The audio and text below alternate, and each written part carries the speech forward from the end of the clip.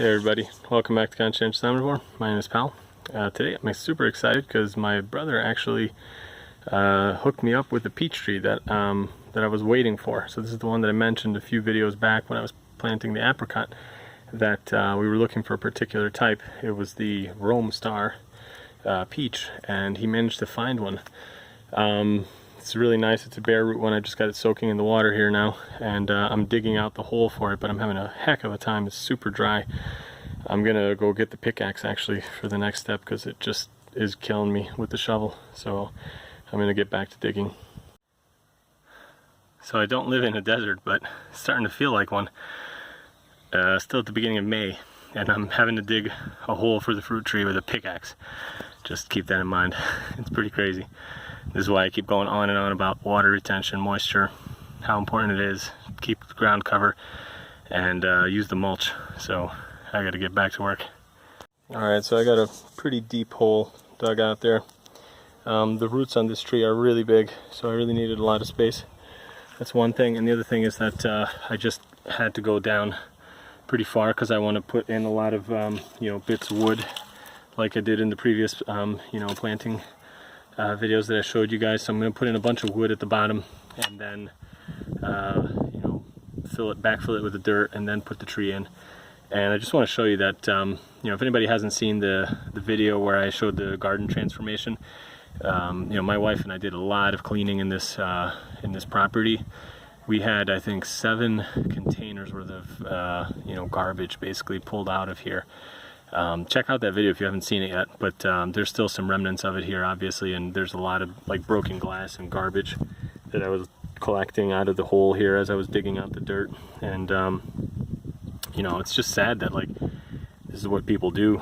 We just throw all of our garbage all over the place, and it's just sad. Look at all this broken glass and metal and everything. And this isn't even the worst of it really, because at least this stuff is non-toxic for the most part. I mean, it's just metal and glass and some brick.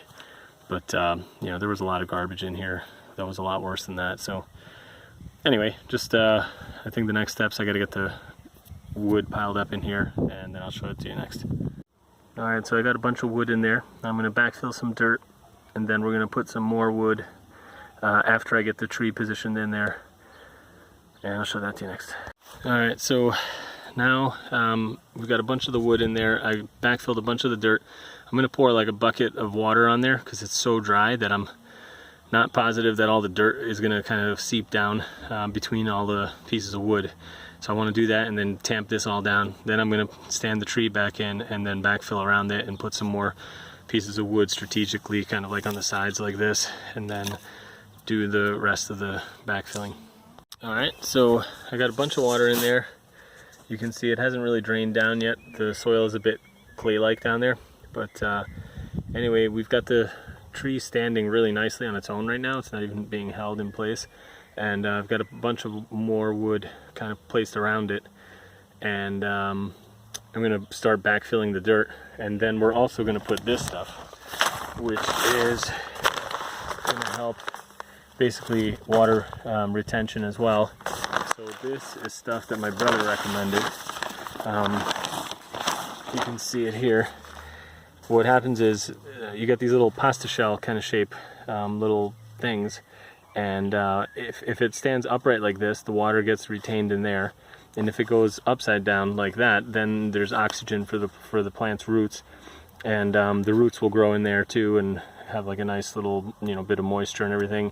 And this stuff will break down over the course of a few years. It's just basically like a natural algae kind of, I don't know, whatever. I guess it's kind of pressed out into these shapes. So anyway, we're gonna add the dirt and then a bunch of this, and then get it all covered up next. Okay, guys, so got a lot of the dirt backfilled. I put that I don't know, whatever those are, those little seashell things in, and now we're gonna backfill the nice topsoil kind of at the top and get it mulched as quick as we can because I gotta run. Alright, so we actually had to come back the next day because we ran out of time. I really had to get going last night. But anyway, finished backfilling all the dirt, and we haven't mulched yet, but the tree's looking good. I put a ton of water on here yesterday, And now I don't even think I'm going to water it because it looks like it's still pretty moist, and I'm just going to mulch it really heavily. I'll show that to you next. Alright, so there it is. Got about 5 or 6 buckets worth of mulch on here. Sorry for the wind, hope that's not too bad. But yeah, it's looking good. So for the next, maybe a couple weeks, I will water this tree just right over the mulch, just to be sure that it's getting enough moisture. But like the other one, the apricot tree that we planted a little while ago, I'm not even watering that anymore at this point. And if I see that the leaves are starting to wilt or anything, I'll pour some more water on there. But at this point, I really want to start getting the the trees used to the idea that they just got to go down deep and get the moisture that way. So hopefully this will grow nice for us, and it looks like a beautiful tree so far. So yeah, that's it. Hope you guys enjoyed it. See you in the next one. Bye.